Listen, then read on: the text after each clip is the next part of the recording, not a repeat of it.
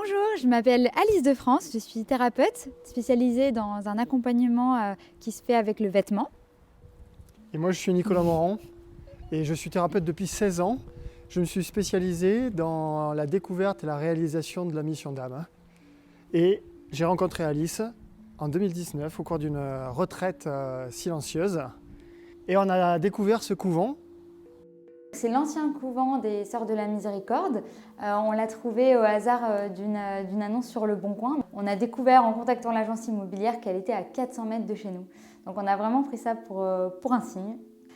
Ce projet, c'est la rénovation et la transformation de ce lieu en un centre d'accueil, de stage de développement personnel et spirituel.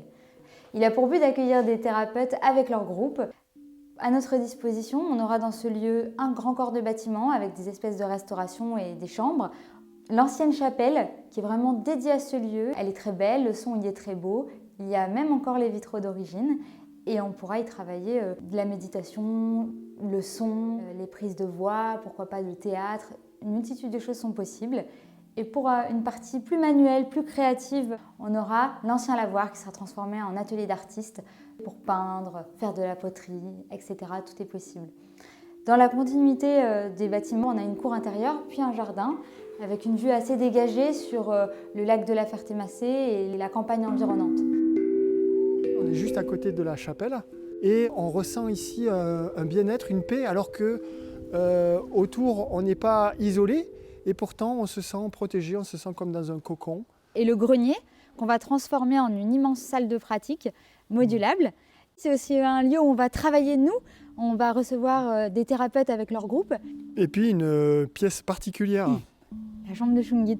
Un petit local qui sera recouvert du sol jusqu'au plafond de Shungit, qui est une pierre très intéressante en termes d'ancrage et de dynamisation, de vitalisation. Donc ici, on veut que tout soit disponible pour pouvoir faire ce travail intérieur. On dort sur place, on mange sur place et on a des salles de travail différentes, avec chacune une fonction différente pour pouvoir vivre les immersions que je chéris à travers des séances individuelles, à travers des stages. Je me suis immergé dans ce que c'est que de se reconnecter à soi. Donc il y a une expérience profonde de terrain. Et pour moi, c'est aujourd'hui évident que la solution passe par la reconnexion au monde intérieur, le travail sur les émotions, nouer une nouvelle relation à son corps, c'est renouer une nouvelle relation à son environnement. C'est une écologie intérieure. Je vous invite à rejoindre, à participer à cette transition-là, d'arrêter de se tourner vers l'extérieur, dans cette course effrénée vers le toujours plus, et laisser sortir ce qu'il y a de meilleur à l'intérieur de nous. Parce qu'à l'intérieur de nous, on porte un germe, on porte le monde de demain avec une nouvelle façon d'être en relation les uns avec les autres. Ce couvent se veut un écrin pour le cœur, pour l'ouverture du cœur.